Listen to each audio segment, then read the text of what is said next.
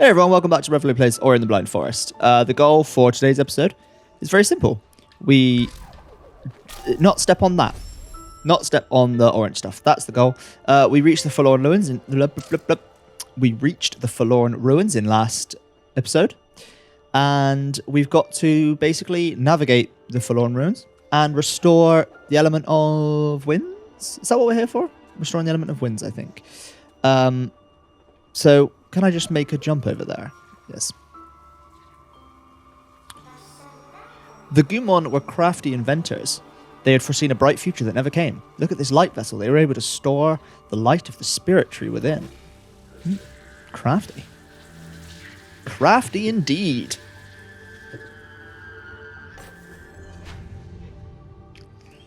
Give me that. Okay, so we have some kind of a aura around us that allows us to walk on the stuff, the fiery stuff. Use light vessels to add towards come on straight without taking damage. Already worked that out actually, thanks. Game. Can I make that jump? Yes. We can still jump pretty far even with holding this. But you can't double jump. So it does take away a fair number of... Oh, this is confusing because now all my inputs are mirrored.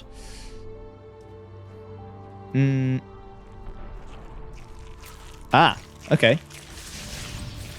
So gravity is like, I guess, maintained while holding on to this. But once you let go of it, oh, that's gonna hurt me. It's gonna hurt me. Stupido. Yep. I understand. Crafty inventors, spirit tree. Give me the thing. Give me the orb. Give me that protective orb. And yes, I am genuinely impatient enough to not want to watch that every time, so I'm saving.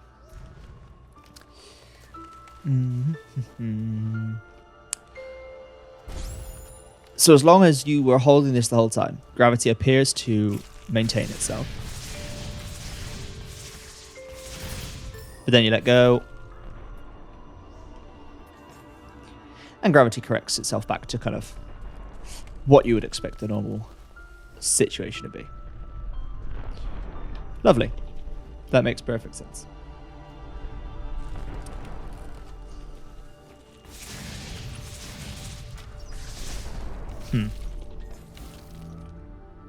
Not quite sure why I came down here because I think I can't really do anything. I saw that there was like a platform I could drop onto and just sort of assumed that I had to drop onto it just because that was what I did before. It's what we call making an assumption. And you know what happens when you make assumptions.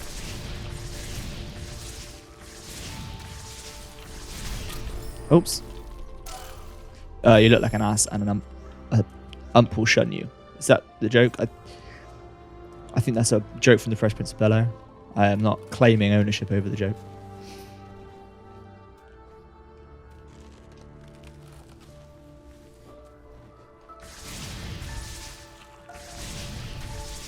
Okay. I'm happy. I'll wait. I don't need to, I'll wait for him to come back into range. I could do without having to wait for the little orb to make its sort of flourish before it drops every single time, but beggars can't be choosers, I suppose. It's nice that we even have the orb. I'll tell you what got me there was the aforementioned inverted controls. When you're upside down, left is right and right is left. So, a little bit confusing. Going to take a little bit of getting used to, I think. But that's fine.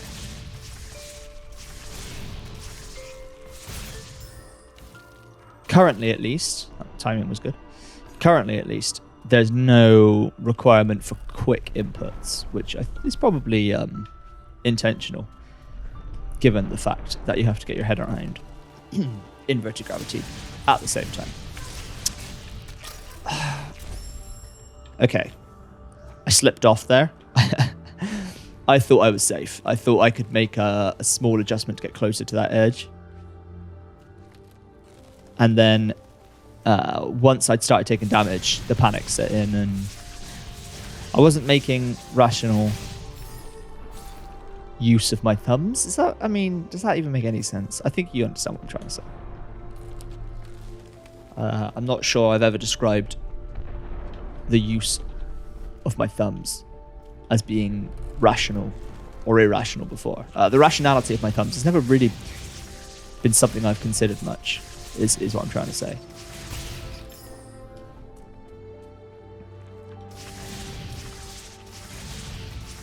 I mean, these things are essentially useless at killing me because they can't shoot sideways.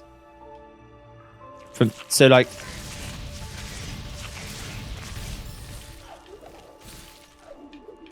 the ones on the floor are more difficult, I guess, because I suppose they can more easily adjust their trajectory because of gravity. But like, I assume gravity works the same as though, you know, for the ones that are on the ceiling, like normal, as in gravity outside of the bubble.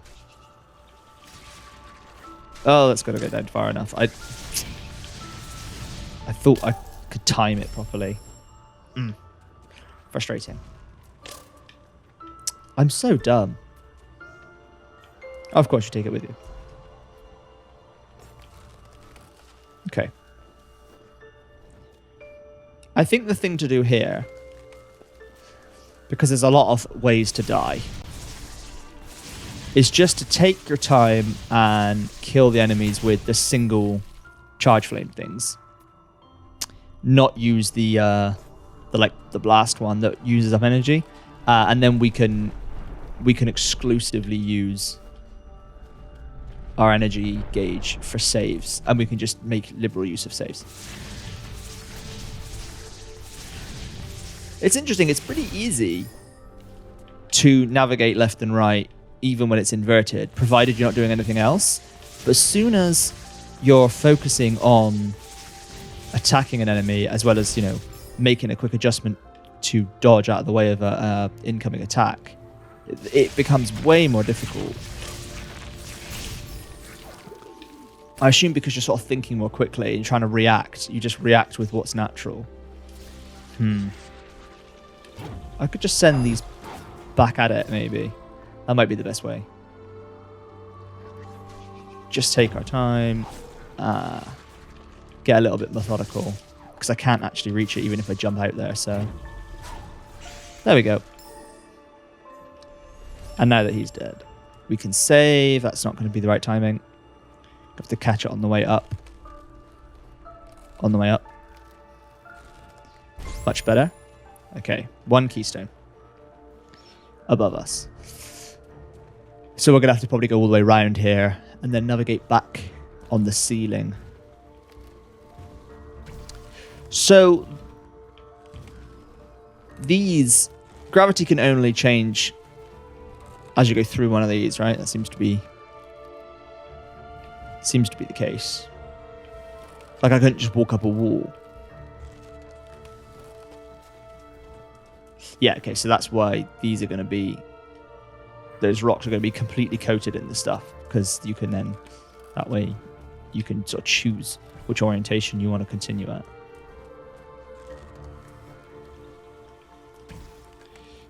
Okay, just going to take this slow.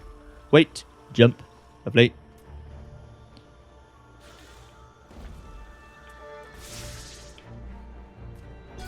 Okay, we got one. And there's actually a thing here. So it's kind of like a free save. So we're going to use that.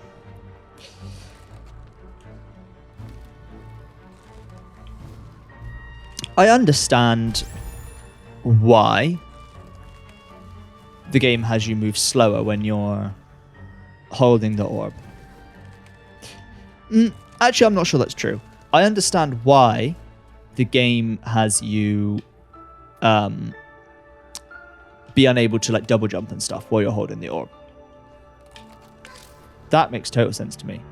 I don't necessarily understand why you have to move slower, to be honest. Can I get... Okay, so I need to jump onto this. And then go over to get back on. Nope, why would I do that? It's going the other way. I can see that it's going the other way. Have a bit of patience. There we go. Yeah,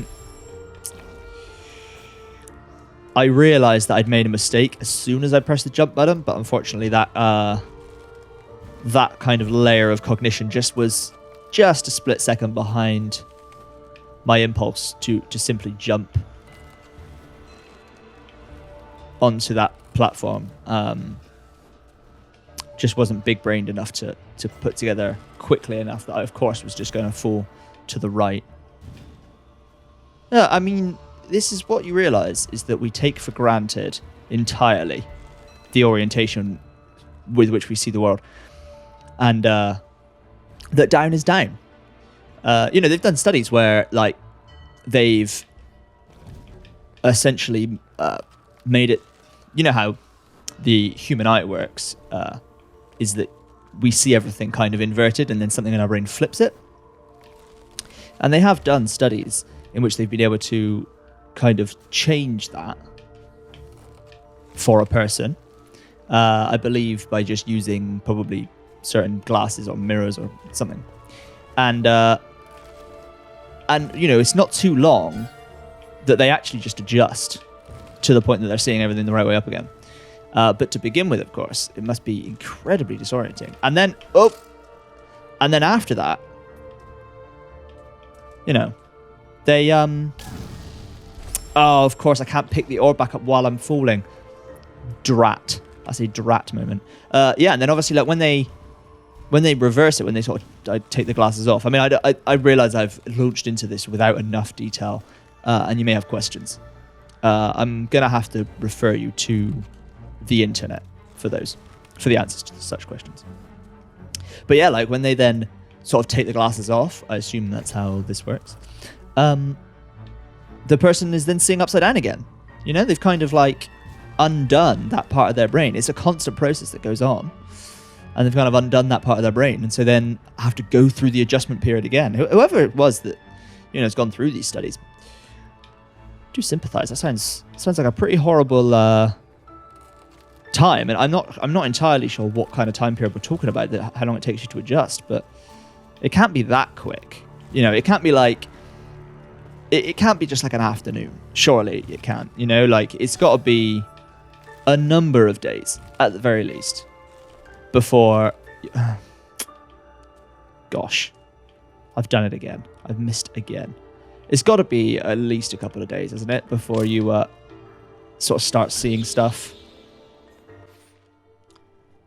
the right way round again. That's got a miserable couple of days. But it is pretty amazing the adaptability of the human mind. I mean, also, it does make you wonder, why is it like that? Why? Why is it that the eye is designed in such a way that we see everything the wrong way around and then have to flip it? I understand that's how, like, the physics of light and lenses work. But it's interesting.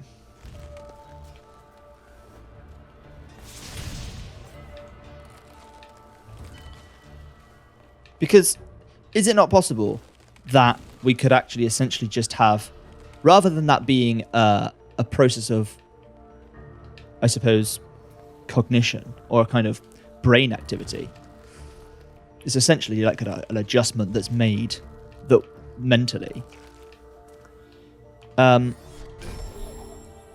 could it not be as like built into the hardware? Like we're kind of talking about like the ability to flip things around. We see everything inverted, and then we kind of have software that flips it round for us. But is it not possible, theoretically possible, that a hardware could do that for us? It just goes through an extra lens, essentially, that then kind of reconverts the image. Is that not possible? I don't know if that's a stupid thing to say. Of course, that's how all lenses work. when you're looking through a telescope, you're usually seeing things technically inverted, but generally we're looking at objects that are so far away that it doesn't matter, and that are, for the most part, like they're not symmetrical, but it doesn't really matter which is up and which is down for the purposes with which we're looking at them.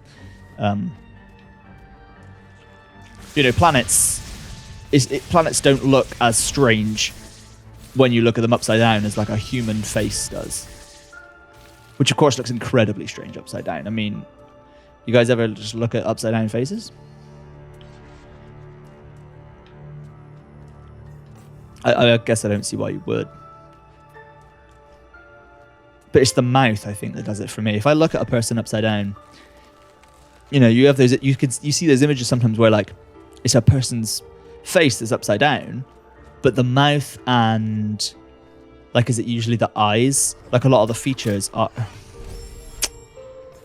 the mouth and the eyes are still kind of the right way up. So technically they've been inverted on the image, and then the whole image has been flipped, and it looks fairly natural. You sort of think, oh yeah, I recognize that. That's Abe Lincoln, because it's usually Abe Lincoln that you see. And then you flip the image around, and it just looks like some kind of horrifying nightmare. But of course, if you actually look at an image of a person's face properly upside down, without making that change, it looks much more unnatural.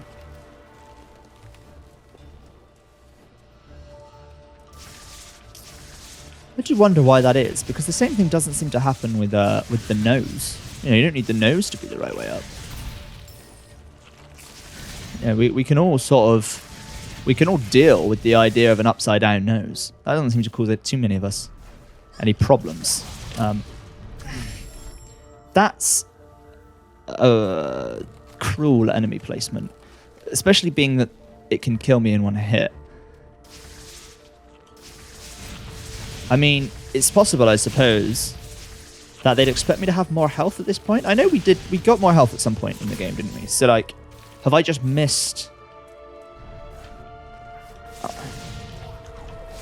Have I potentially just missed another opportunity to increase my health? It's much easier to do this from here. Why was I trying to fight it from up there?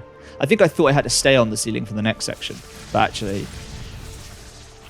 it just makes much more sense to drop down, because then not only can you beat the enemy, but you can also continue with the next section of the game.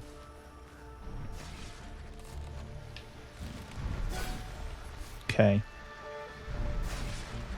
This is the sort of... oh, no, drop it. Blast. That's the sort of Mega Man, that's Quick Man stage kind of situation going on. Unfortunately, I don't think you can cheese this game the same way you can with Mega Man 2. Of course, if anyone's having trouble navigating Quick... why did I drop down?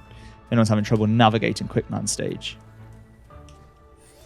and the section with the drops, you can help yourself out by pausing the game repeatedly as you enter each new screen.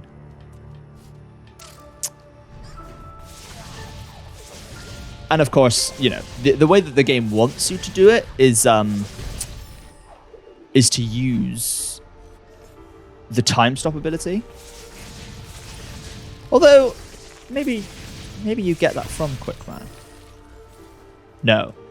They want you to stop time in order to navigate that part. But it is possible to make those jumps without stopping time. And then, of course, if you use a full time stop ability on Quick Man himself, you do something like half of his health in damage just by that one thing. So it's, if you can learn the drop pattern,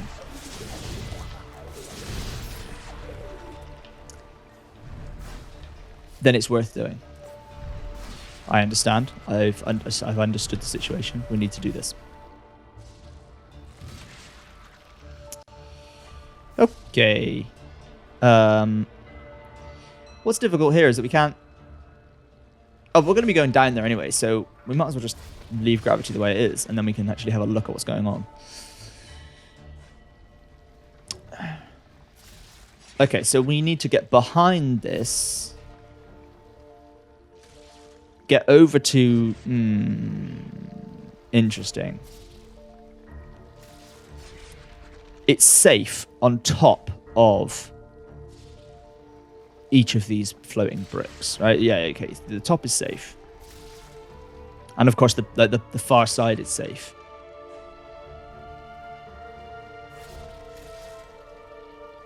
So, is it a case of timing it so that at that point, you fall to the left?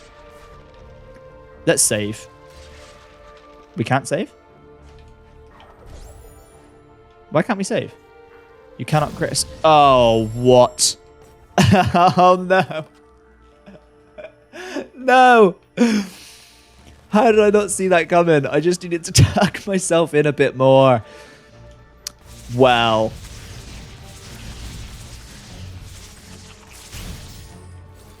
Yeah, frustrating. I really thought I thought I was safe. Oh, I've dropped down again. You know what's happening is I'm impatient, I'm frustrated, and I'm a little bit embarrassed, and it's affecting my decision making. We're gonna let him move across. Yeah. Okay, you see me. That's fine. These are easy to dodge when you're on the floor. But I don't love the fact that we now only have one thing of health. But generally, I think we're in a situation, as long as we can get past this enemy, which we now have, pretty much it's kind of a situation of any health is one health, you know, because we're dealing with insta-kill mechanics. So actually doesn't matter what your health total is. Oh, no, we're not. We could usually survive one hit from this. It makes this slightly more dangerous. But, you know, not hugely so. I'm going to save here just because I don't know how far that unsafe zone thing extends. You know, I don't know if there's anywhere I could actually be.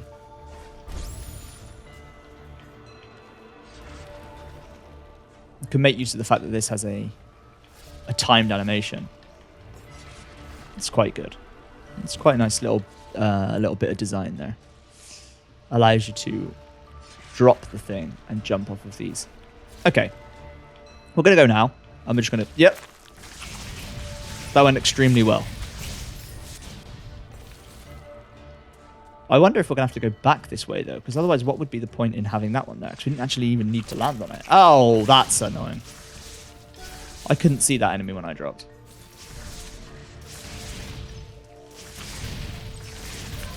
Ow, ow, ow, ow, ow.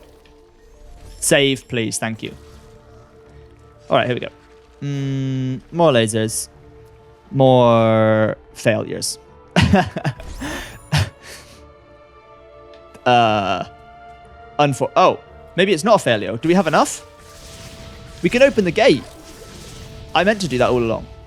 Please ignore the bit where I said it was a failure.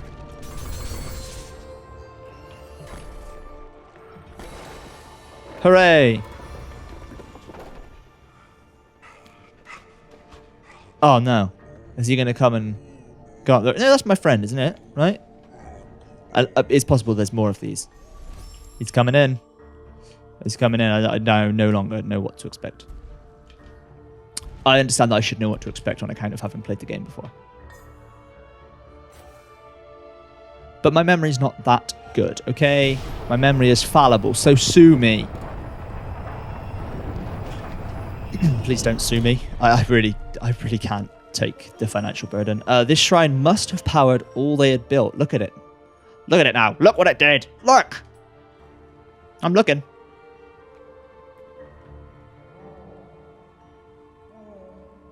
Oh, he looks so sad. Oh, no. Oh, God. Why did he come in here? It's all of his friends. You know, it's very much a Luke Skywalker coming home to find Owen in Peru kind of situation, isn't it? We've got back up here, so we'll save.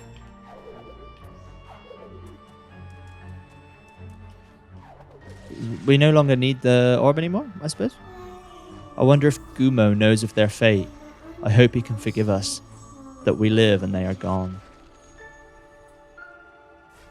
I mean, we did make friends, but it's possible that this could be something of a setback.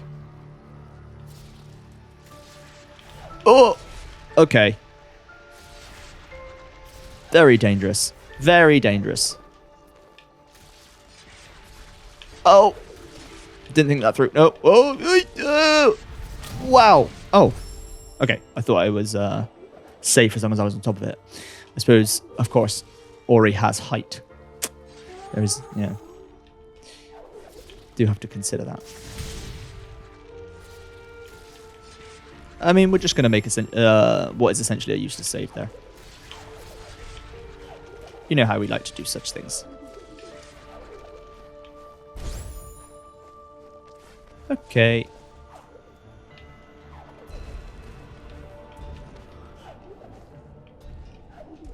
I do like these sections, though. These sort of Zelda dungeon style dungeons. Zelda style dungeons, I suppose would be the way to say that. The element of winds lies before us, stored in the heart of this place.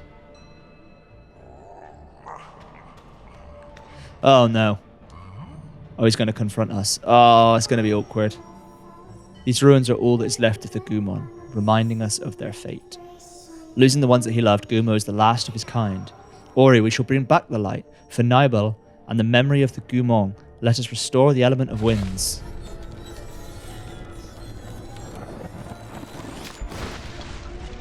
Wait, we've restored the element of winds? I honestly thought there was going to be a lot more to it than this. That felt like there was... Maybe we now have to get out. Moved by their words, he decided to act.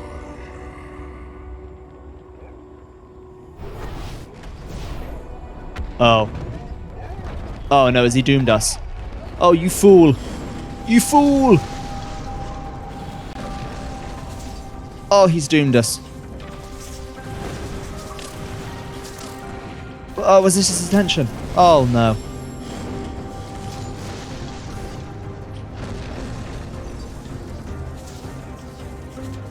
Oh, be honest, man. I thought we were past all this. They seem to go, like, all the way across the playable area, so I'm not quite sure how to avoid damage there. Ooh. What? There's a lot going on. It's difficult to really parse kind of what's happening. You see, that just hurts me every time. Oh, I understand. I'm so dumb. You have to... Oh, use that to open that. Right? There's a lot of screen shake going on, which kind of makes it a little bit difficult to track. I need to vary my upwards pace by letting go of the feather.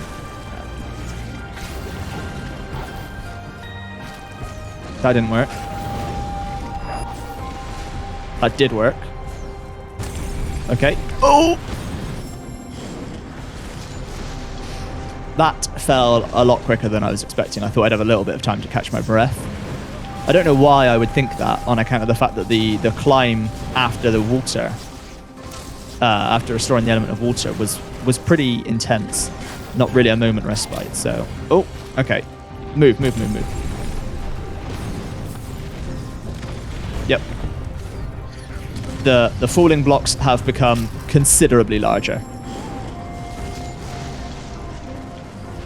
And with them, the difficulty of evasion has increased.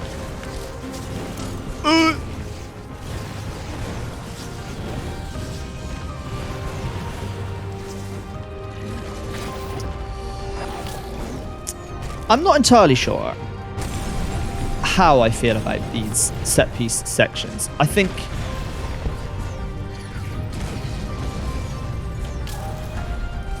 because they're very intense. I suppose I should clarify what it is I'm saying I'm not sure about. I think they're very good and they're generally well designed and cinematic would be the word that I suppose people would like to use there. They're high intensity, which I like. What I'm questioning is whether the decision to have them be, there's no point of respite. That's, I suppose, the decision that I'm questioning. Whether having to complete them all in one go is exactly right.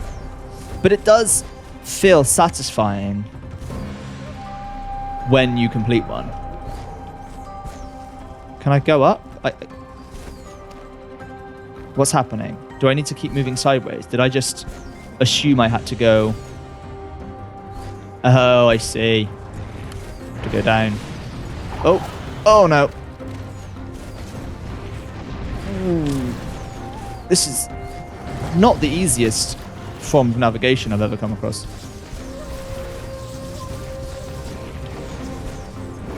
Okay. Oh, and it falls. There's a small cubby on the left side there. I would say that this one, compared to the one after the Ginzo tree, there's an element of just trial and error. I suppose you could get lucky and choose to go right, choose to go left there. But I went to the right, and there isn't the same sort of cubby hole to hide in on the right.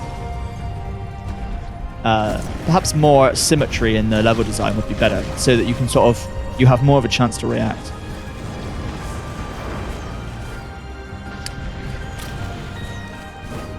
I understand that I'm not here to critique the game, though, necessarily.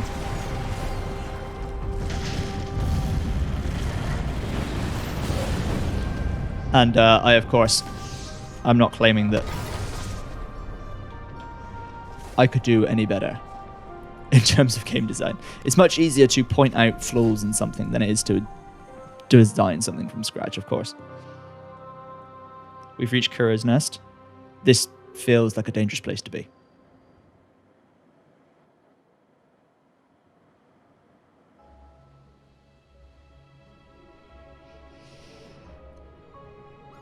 This bird scares me. This bird really scares me. I mean, why would you not be scared of a bird that has essentially fire for eyes? What possible use could it have for fire inside of his eye sockets? This reminds me of a children's story that I used to have read to me as a child about 3 owls, and their mother was out hunting for the night, and the 3 owls were left back in the nest, hoping their mother would get home safe. I have 2 brothers, and I would, of course, always demand that my mum change the names of the owls to match me and my brothers.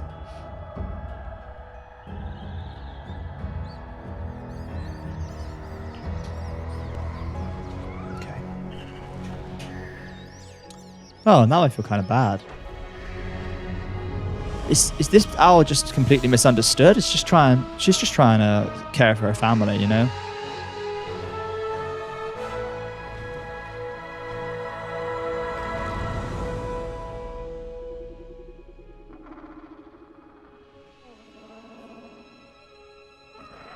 Oh my.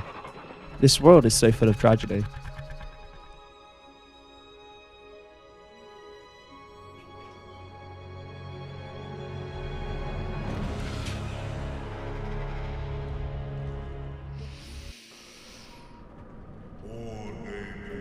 Ori had learned how they perished through our light. All along, she was simply protecting her last child.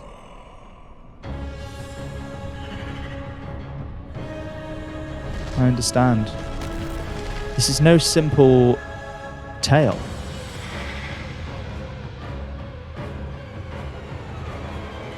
Oh my.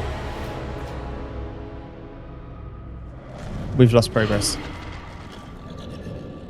Okay, this appears to be the beginning of some kind of a stealth section. And that is a stealth section which we're going to have to tackle in the next episode. Thanks very much for watching. Click the buttons at the bottom of the video and subscribe if you want to see any more. And I will catch you next time. Goodbye.